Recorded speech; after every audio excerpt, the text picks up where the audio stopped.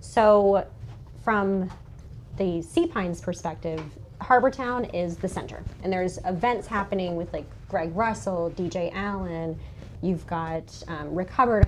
Like there's a lot of family activities, but the fireworks show is the show on the 4th, and that one it can get very, very crowded. Okay. So plan accordingly. Like if you have the expectation that you're just gonna show up 20 minutes before the show, find parking immediately, like that's not the reality. It's a little It's unrealistic. get there at 8 in the morning, bike around, enjoy the bike day. Around, Yeah, exactly. Yeah. And also, I don't know about 8 in the morning. Well, Just hyperbole. To correct that. Yeah. and then Give on some the other urgency. side, the same thing with Shelter Cove. Shelter Cove's show being exceptional. There's things like summer jams over in the town center. There's Harbor Fest in the marina. There's so much going on that you really can spend all day, and there's activities throughout the week in both places. But for 4th of July, the big shows, when you think about it, you think you're going to be either in Harbortown or you're going to be in the marina, and that's the only place you can see them. Yeah. And you're wrong. That is not the only place you can see the fireworks.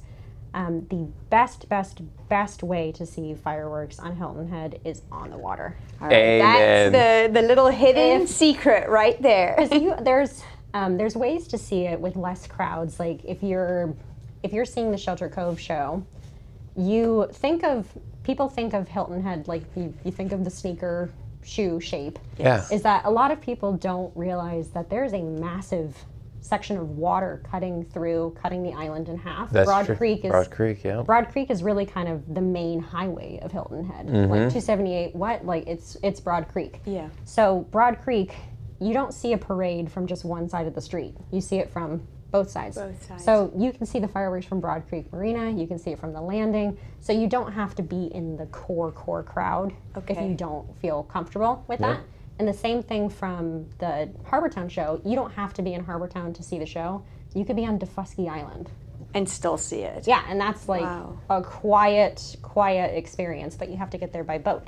Yes. But being in a boat when the fireworks are going off, it's just So funny because we had not thought about that until you had told us. I mean, and I really. definitely think, I'm like, no, to me I'm it's second nature that you. But you were born in Hilton Head Hospital. I'm just Asher, do you know if we can have the boats out after dark?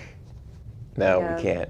So we're Asher works at the boat club. We're a member of the boat club. Gotcha. So yeah, The Carefree Boat Club, yeah. So. and that's the reason why. I mean, the boat captains and the companies on Hilton Head. Yeah, so explain, if you don't have a boat. If you don't have a boat or access to a boat, do not think that being in a boat is unobtainable. And there are price points from everything from $40 to a private boat rental where you're getting into much higher luxury rentals.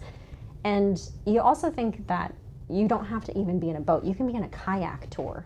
Oh, wow. And see And they water. do that? There's companies that will do kayak tours. There's firework exclusive kayak tours. So you're out there safely with a guide. Watching the fireworks from a kayak. It's unbelievable. That sounds fun, actually. It is Actually, we may have to do that. I think that would I think that would be. You're going to run risk of things selling out, of course, but less than the boat, because the boat has a certain number of passengers that it can accommodate. Right.